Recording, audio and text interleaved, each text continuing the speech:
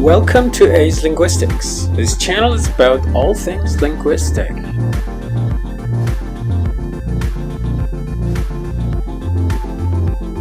So let's see what we've got today.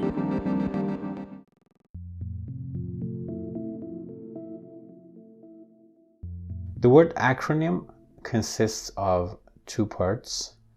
The first part being acr or acro, which means top, summit, height, and it comes from the Greek word akros, which has a similar meaning.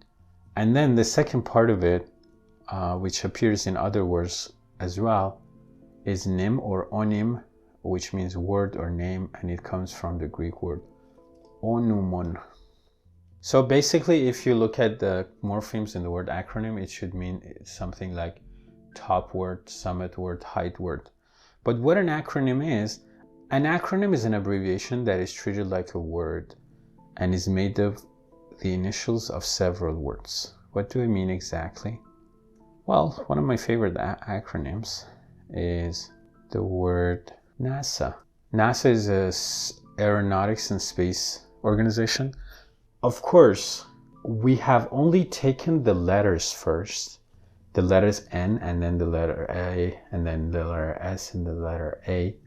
First we took the letters, we put them next to each other, then we pronounced the word. We said, okay, it's N-A-S-A, we can say NASA. But we didn't take the sounds exactly, because if you take the sounds, for example, the A in aeronautics, it creates the sound E together with E. But even if you give it the value of the sound E, it should be NESA. So that's the thing about acronyms, is it's created based on the written form of the word, then a pronunciation value is given to it.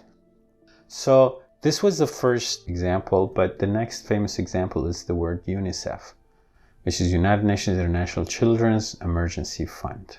Again, you can see that United, well, it's U, nations, and international emergency. But for example, the letter E in UNICEF has the value E, but in emergency it doesn't sound E, it sounds I. So we don't say UNICEF, we say UNICEF. So again, we are putting the letters, then we are giving it a pronunciation value. AIDS, acquired immune deficiency syndrome.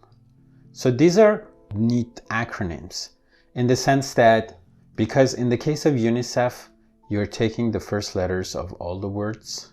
AIDS is the same. For example, the word MAD with double D, it's Mothers Against Drunk Driving. It's a non-profit organization in the United States and Canada. The word MAD in the sense of angry kind of also makes sense with what the organization does, because the mothers are kind of mad against drunk driving. So that's a cool thing that you can achieve.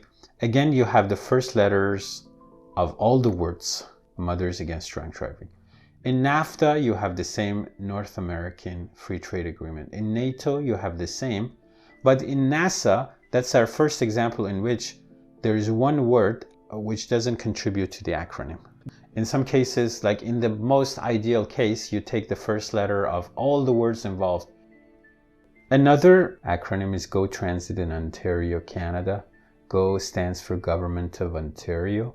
A lot of people might not even know that GO actually stands for Government of Ontario, but it does, and GO is always written with capital letters. So all of these words are acronyms, of course, but we can say there are two major types of acronyms. Either like the above examples, the initials are pronounced as a word, they put together and pronounced as a word, or else the initials are pronounced as separate letters but still treated as one word.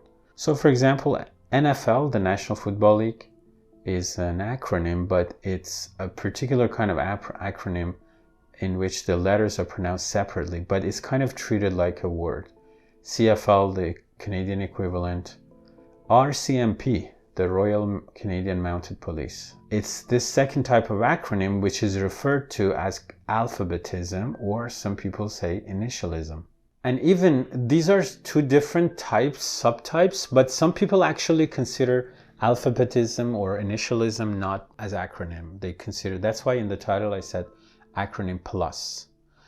So I would say there is a third type of acronym in which we have these words that become so common that we stop writing it as capital letters, and people actually forget that the word is an acronym. For example, the word radar.